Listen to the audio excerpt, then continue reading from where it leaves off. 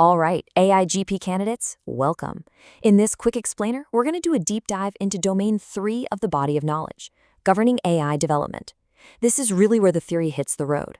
So let's jump right in and put your mastery to the test. So before we get started, let's just frame the challenge here. This domain is absolutely critical. It covers the entire AI development lifecycle, from the first idea and the data all the way to testing and keeping the system running. We're going to hit 12 key questions to get you thinking like a real governance pro and totally ready for that exam. Okay, first stop, Section 1, Design and Risk Governance. We're starting right at the beginning, because this phase lays the entire foundation for building an AI system you can actually trust. Here is your first question. Read it and really think about it. If you're starting any AI project, what is the absolute first hurdle you have to clear? What's the fundamental building block? And there it is. The key here is that the data has to be fit for purpose right from the get-go. If your data is wrong, or you don't have enough of it, or you don't even have the legal right to use it, the whole project is basically dead on arrival. Think of it as step 0 for accountability. All right, next question. This one is all about the strategic value of spotting risks early. What's the main goal? Why do we spend time on this before a single line of code has even been written? And here's the bottom line. It's all about smart resource allocation.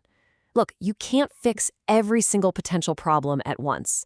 Good governance means you figure out how likely a risk is and how bad it could be, and then you focus your time, your money, and your people on the biggest threats first. Okay, let's get specific. You know the NIST AI RMF is a huge deal for the exam. So when you see the word measure in that framework, what activities should immediately come to mind? Exactly. Measure is all about moving from just worrying about risks to actually putting numbers on them. It's about using solid metrics to track, analyze, and really understand the risks you've identified. It turns risk management from a one-time guess into a continuous, data-driven process. Okay, let's switch gears a bit. We're not just talking about code and data anymore. From a governance perspective, how does bringing in different kinds of experts actually make the model better and safer? The big idea here is cross-functional teamwork. A data scientist can look at a data set and make sure it's statistically balanced. But a social scientist, they can spot those subtle societal biases that are just invisible if you're only looking at the numbers. It's all about seeing the whole picture of potential harm. Okay, on to Section 2. Now we're diving into the real technical stuff, how we prep data and how these models actually learn. This is where the raw material of AI gets shaped into something useful. Think about that old saying, garbage in, garbage out. So, from a governance perspective, why is cleaning your data such a critical step? What are we really trying to defend against here? There are really two huge reasons for this. First, you're preventing what's called model poisoning, basically stopping bad data from messing up your results.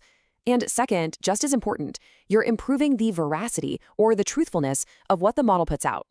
Clean data is the bedrock of trustworthy AI.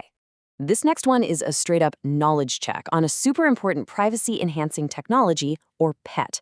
And the answer is differential privacy. You have to know this one. It's a crucial tool that lets you get valuable insights from data while protecting the privacy of the individuals in that dataset. It's a balancing act, and this is the key technique. All right, this one tests your grasp of the basic categories of machine learning. The keyword here is labeled, and the answer, of course, is supervised learning. Whenever you're feeding the model data that already has the right answer included, like telling it this is fraud, this is not, you're supervising its learning. It's a textbook case. Now, think about something different. Not clean numbers, but messy human language, like a doctor's notes. What tool do you need for that? The correct answer is natural language processing, or NLP. This is the specialized part of AI built specifically to understand, interpret, and make sense of human language. And for our final section, we're covering the practices that make sure a model stays robust, reliable, and well-documented. This is where good governance really shows its long-term value by helping you build systems that actually last. This is such a core concept. Everybody does it, but why? What is the critical, disastrous error that this simple practice is designed to prevent? What are you really trying to prove about your model when you do this?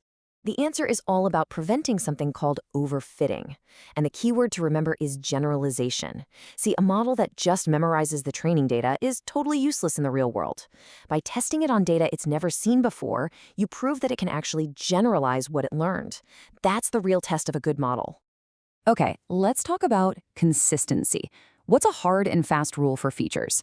The answer is simple. You have to use the exact same features for both training and testing. No exceptions. It's like changing the rules of a game halfway through. The final score would be meaningless. This is all about protecting the integrity of your evaluation. Here's a real-world scenario for you. You've got a model that's supposed to spot threats, but it keeps missing the new, tricky ones. It's failing to adapt. From a technical standpoint, what's the smartest way to fix this? The best technical approach here is to use synthetic data. I mean, if you don't have enough real-world examples of these new threats, you just create them. By generating data that mimics these new attack patterns, you can teach the model what to look for before it gets hit in the wild. It's a proactive way to solve that false negative problem. And for our final question, let's bring it back to accountability. We all know documentation is important, but why? What's the deeper, strategic purpose here, beyond just checking a box for the lawyers? The bottom line is, you're creating an institutional paper trail and an accountability baseline. You need that durable, auditable record. It's essential when the auditors show up. It's a lifesaver when you need to figure out why something went wrong, and it's the foundation for making the system better over time.